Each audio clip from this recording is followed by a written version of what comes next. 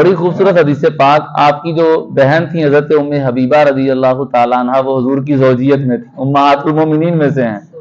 تو نبی پاک علیہ الصلوۃ والسلام آپ کے پاس حضرت ام حبیبہ رضی اللہ تعالیٰ عنہ کے پاس جلوہ فرما تھے. کسی نے دروازے پہ دستک دی. حضور علیہ السلام نے فرمایا دیکھو کون ہے. عرض کی معاویہ رضی اللہ تعالیٰ عنہ ہے. آپ نے فرمایا بلا لو. آپ حاضر ہوئے تو آپ کے کان پہ نا قلم رکھا ہوا تھا. جیسے ہمارے ہاں بھی بعض لوگ کان پہ پین لگا لیتے ہیں، تو اس وقت جو قلم یوز ہوتا تھا وہ کان پہ رکھا ہوا تھا، جس سے آپ کتابت فرمایا کرتے تھے. نبی پاک علیہ السلام نے فرمایا یہ کان پہ قلم کیسا ہے؟ تو آپ نے عرض کی کہ میں اس قلم کو اللہ اور اللہ کے رسول صلی اللہ علیہ وسلم کے لیے تیار رکھتا ہوں. جب کبھی کوئی بات سننے یا لکھنے کو ملے میں فوراً لکھ لیتا ہوں. نبی پاک علیہ السلام نے فرمایا اللہ تعالیٰ تمہیں نبی کی طرف سے جزائے خیر عطا فرمائے. میری خواہش ہے کہ تم صرف وحی کی کتابت کیا کرو. نبی پاک علیہ السلام نے جب انہوں نے اپنے اسلام کا اظہار فرمایا تو کچھ عرصے بعد ان کو وحی کی کتابت پر مامور فرما دیا. فرمایا کہ میں ہر چھوٹا بڑا کام وحی سے ہی کرتا ہوں. تم کیسا محسوس کرو گے جب اللہ تعالیٰ تمہیں پوشاک پہنائے گا. پوشاک سے مراد حضور نے اشارہ فرمایا تمہیں خلافت دے گا. یہ بات سن کر حضرت سیدتنا ام حبیبہ رضی اللہ تعالیٰ عنہ اٹھی اور حضور علیہ السلام کے سامنے بیٹھ کر عرض کی یا رسول اللہ صلی اللہ تعالیٰ علیہ وسلم کیا میرے بھائی کو بھی بادشاہت ملے گی، حکومت ملے گی؟ آپ علیہ السلام نے فرمایا ہاں ملے گی، لیکن اس میں آزمائش ہے، بڑی آزمائش ہے، اس میں آزمائش ہے. تو آپ نے عرض کی یا رسول اللہ صلی اللہ تعالیٰ علیہ وسلم آپ ان کے لیے پھر دعا فرما دیجیے.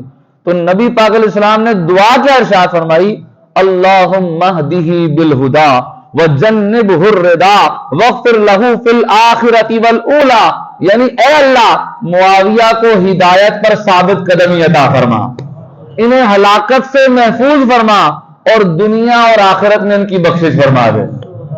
یہ حضور کی دعائیں ہیں ان کے لیے.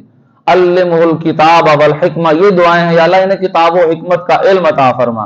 ایک موقع پہ آپ کا نا پیٹ مبارک ذرا نکلا ہوا تھا، بڑے پیٹ والے تھے نا، تو نبی پاک علیہ السلام کے پیچھے سواری پر بیٹھے تھے تو پیٹ حضور کو لگ رہا تھا. حضور نے فرمایا کہ اے معاویہ یہ کیا ہے، یہ کیا لگ رہا ہے مجھے؟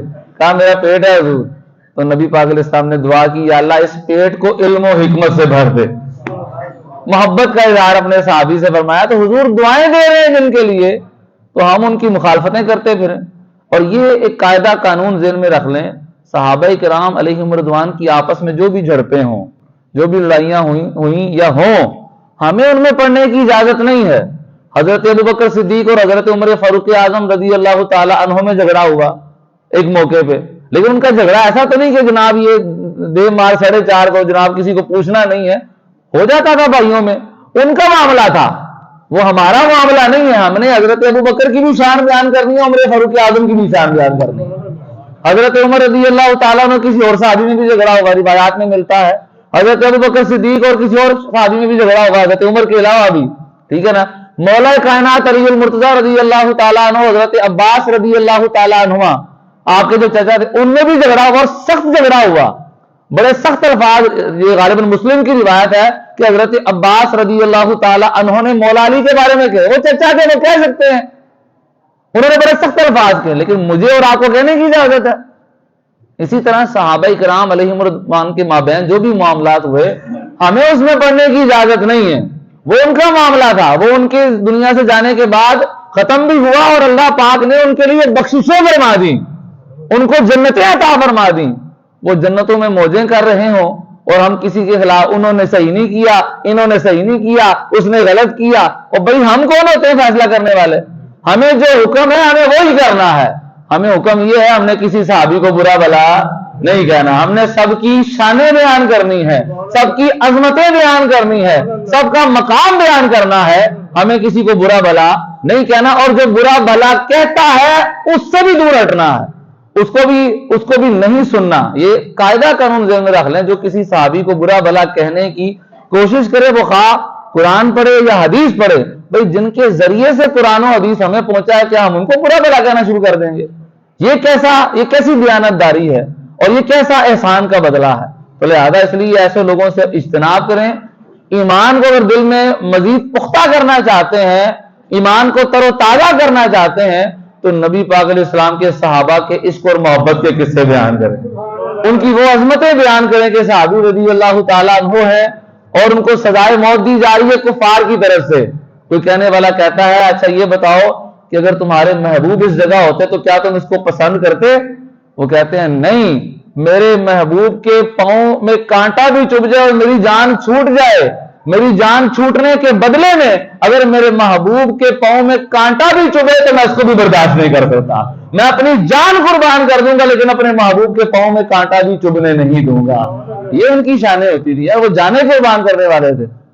ہاں جی، تو لہذا اس لیے یہ عقیدہ اور نظریہ ہمیں بنانا ہے کہ کسی صحابی کے حوالے سے کوئی اختلافات آپس میں ہوئے ہمیں ان میں پڑھنا ہی نہیں ہے. بدقسمتی سے سوشل میڈیا پہ ہمیں اسی میں ڈالا جا رہا ہے، وہ جنگ ہو گئی، فلانا ہو گیا، ٹمکانا ہو گیا، یہ ہو گیا. ہمیں کیا وہ جنگیں بیان کرنے کے احکامات ہیں کہ جنگیں بیان کرو، لڑائیاں کرو، میں تو اس طرف تھا وہ اس طرف تھے. بھائی تم ہر طرف ہو، اب تمہیں ان کا بھی ادب کرنا ہے اور ان کا بھی ادب کرنا ہے. ان کے جو بھی معاملات ہوئے وہ ان کا معاملہ، وہ اللہ کا معاملہ، اور اللہ نے ان کا معاملہ بتا دیا کہ اللہ نے سب کے لیے جنت کا وعدہ فرما دیا. کسی کی شانیں بلند، کسی کی کم، لیکن سب کے لیے جنت ہے. تم اپنی جنت کو کائے کو خراب کرتے ہو؟ تو لہذا اس لیے ان چیزوں سے ہمیں اجتناب کرنا ہے، خود بھی بچنا ہے، لوگوں کو بھی بچانا ہے. اور یہ نعرہ ذہن میں رکھنا ہے، آخر میں جاتے جاتے لگا بھی دیں، ہر صحابی نبی ہر صحابی نبی جنتی جنت. یہ قرآنی نعرہ ہے، ہر صحابی نبی.